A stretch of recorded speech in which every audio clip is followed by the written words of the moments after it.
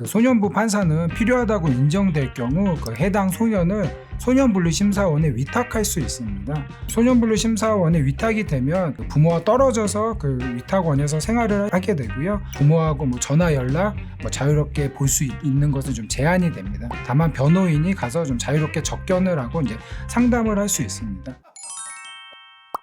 안녕하세요, 고영상 변호사입니다. 소년범 사건이란 10세 이상 19세 미만 미성년자가 범죄를 저지를 경우에 형사재판 대신 이제 소년부 법원이 이제 심리를 하게 됩니다. 소년부 송치를 하는 건데요. 이제 보통 이것은 검찰 단계에서 조사를 한 다음에 소년부로 송치를 하게 됩니다. 다만 범죄가 좀 중대한 경우 소년부 송치 대신에 형사 기소가 돼서 형사 판결로 넘어갈 수가 있습니다. 다만 이러한 경우에도 형사 재판 과정에서 재판부가 이 아이한테는 좀 개선의 정이 있다라고 판단되면 형사 처벌 대신 그 형사 재판 단계에서도 소년부 재판으로 이제 송치가 될 수 있습니다. 소년부로 송치되면 형사처벌 대신 소년법상 보호처분을 받게 됩니다. 그 소년부 판사는 필요하다고 인정될 경우 그 해당 소년을 소년분류 심사원에 위탁할 수 있습니다. 그 소년분류 심사원에 위탁되는 것은 이제 그 소년부 재판의 모든 소년을 대상으로 하는 것은 아니고요. 기존에 어떤 범죄를 저질러서 보호처분을 받은 학생이 다시 범죄를 저질렀거나 초범이더라도 좀 범죄가 상당히 중한 경우 그때는 이제 소년분류 심사원에 위탁이 될 수 있습니다. 소년분류 심사원 위탁이 되면은 한 2주에서 4주 정도 위탁 기간이 있고요. 보통 특별한 사정이 없으면은 이제 연장되지는 않습니다.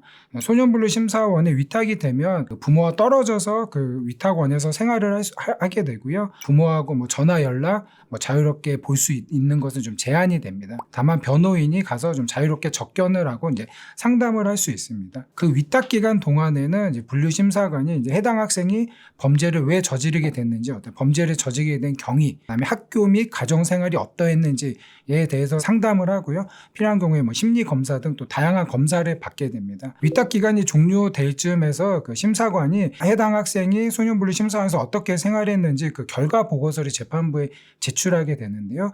그 위탁 기간 동안에 어떤 규율을 위반하거나 심사관의 지시에 좀 위반한 경우에는 그 내용이 재판부에 또 돌아갈 수 있습니다. 그러므로 그 위탁 기간 안에서는 상당히 좀 주의를 해서 성실하게 좀 생활을 할 필요가 있습니다. 소년분류 심사원에 위탁이 되면 아무래도 소년법상 보호처분 중 이제 소년원 송치 등 좀 중대한 처분이 내려질 수 있는데요. 소년분류 심사원에 갔다고 해서 모두 다 중대한 보호처분을 받는 것은 아니니까 너무 그거에 대해서는 걱정하실 필요는 없습니다. 보호처분은 사회 수강명령, 소년원 송치 등 다양한 결정을 내릴 수 있습니다. 다만 소년부 판사가 이 학생에 대해서는 보호처분을 내릴 만한 사정이 안 보인다고 판단될 경우에는 불처분 결정을 할 수 있습니다. 불처분 결정은 말 그대로 아무런 처분을 안 한다는 건데요. 그 송치가 돼서 소년부 판사가 심리를 한 다음에 그 소년법상 규정되어 있는 보호처분 중 아무런 결정을 안 하는 겁니다. 그럼 그 형사법상 무죄 판결과 동일한 효과가 있는 거고요. 소년법상 아무래도 그 대상자가 된 학생이나 부모님들은 가장 바라는 처분입니다. 재판부가 보호처분을 내릴 때 이제 다양하게 여러 가지 상황을 고려합니다. 이것은 그 형사 판결하고도 동일한데요. 그 범죄의 경중, 그다음에 이 학생이 예전에도 이러한 범죄를 저질렀는지, 전과 여부, 그다음에 개선의 가능성이 있는지를 종합적으로 판단해서 그 결정을 내립니다. 다만 이 소년 범죄의 특성상 좀 형사 판결과는 좀 다른 면이 좀 있기는 한데요. 재판부가 아무래도 그 해당 학생의 부모가 이 아이를 보호 감호할 수 있는 역량이 있는지, 의지가 있는지를 좀 꼼꼼히 살펴봅니다. 그러니까 예를 들어서 약간의 중대한 범죄를 저질렀다고 하더라도 학생의 어떤 반성의 기미가 있고, 그다음에 재판부가 봤을 때 학부모가 이 학생이 어떤 올바른 길로 선도할 만큼 어떤 의지가 있고 좀 능력이 된다라고 판단이 되면은 동일한 범죄를 저질렀어도 아무래도 좀 더 경한 보호처분을 받는 경우가 있습니다.